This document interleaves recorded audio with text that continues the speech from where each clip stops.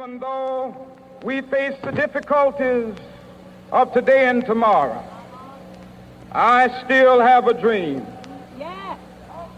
It is a dream deeply rooted in the American dream. I have a dream that one day Yes. this nation will rise up and live out the true meaning of its creed. We hold these truths to be self-evident, that all men are created equal.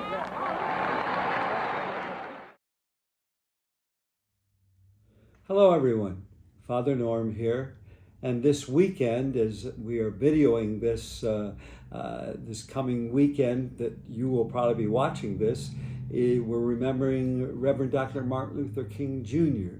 on Monday. You know, years ago they made that a federal holiday, not just to give people another day off, but to remind people of the good work of this man. A lot of you already know I have a pet peeve because often when he's ever mentioned in media or newsprint, they call him Dr. Martin Luther King Jr. And the reality is, and he was strongly this way, what caused him to be so strong about injustice and equality and nonviolence was because he was a Christian preacher. And so being reverend is an essential part to understand who he is, what he did, and how and why he did it. So with that in mind, I do want to talk about a couple of events that take me way back, but are good to kind of reflect on for even what's going on today. When I was a high school senior at North High, it was the fall of 1964, King had his I Had a Dream speech the year before that, August of 63. A lot was going on in the area of civil rights and needing all of us to become more sensitized. Well, at this time, my senior year, for the very first time, a black senior girl was selected as the homecoming queen. And that's always was based on the seniors voting for who that would be. And she was one black and there were four whites, and she actually was elected. Well, I remember for a few days after, not everybody, but a lot of the students were upset. Well, the blacks probably joined up forces and voted for her, so she won. You know, and she was a beautiful person, very faithful. In fact, years later, she became a minister. That's the kind of young person she was. And I remember it bothered me at the time. I grew up in a very integrated neighborhood to hear people, not everybody again, but several people complaining and making that comment. That's the only reason she won. Whether they joined together or not, hey, she was actually probably just a great person to be named. First black at North High School for that to happen to any kind of dance. And so it was new.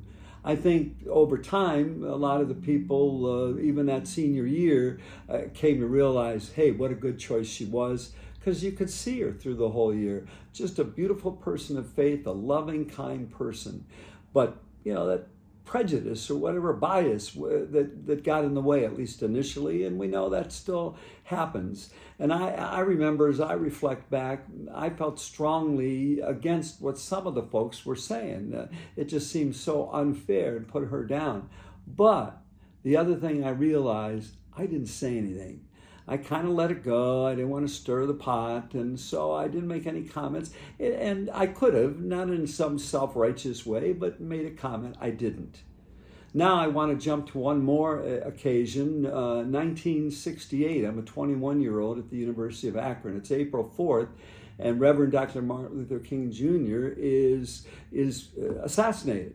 And it's a horrible situation that affected everybody.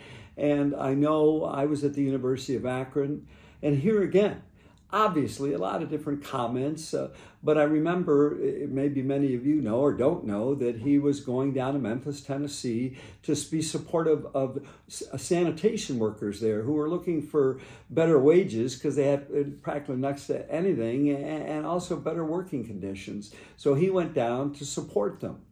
Well, when he was assassinated, I know at the university, again, not everybody, but several people were saying, well, he deserved it. He went back, and what do you expect? He went down to agitate those sanitation workers and rile them all up, and violence and everything. So, he's just a troublemaker.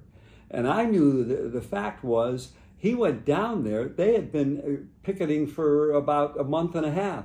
He went down there espousing a strong sense of nonviolence, which he was all about in any demonstration. And he didn't get them agitated. They were agitated because of their horrible conditions. And he was being encouraging and supporting them. But this was a time when a lot of people were dismissing King, saying he's just an agitator. That's all he's about. Well, I can tell you this time around, I spoke out. I spoke when I heard several people, again, not heavy-handed, not self-righteous, but explain the situation because I knew it, and I said, here's what went on, and I think it's unfair for us, for anybody, to right away, without knowing all the evidence, to simply say he's an agitator, and even some said he's un-American because he's critical of the country. Well, sometimes we've seen through the years there may be something critical, but he always did that with love and nonviolence and very encouraging and bringing everybody of various faith traditions together to espouse important principles. I want to just read one quote I ran into this week that was a quote of his that speaks to what I had to realize then and all of us even now. He says this: "Our lives begin to end the day we become silent about things that matter." That hit me.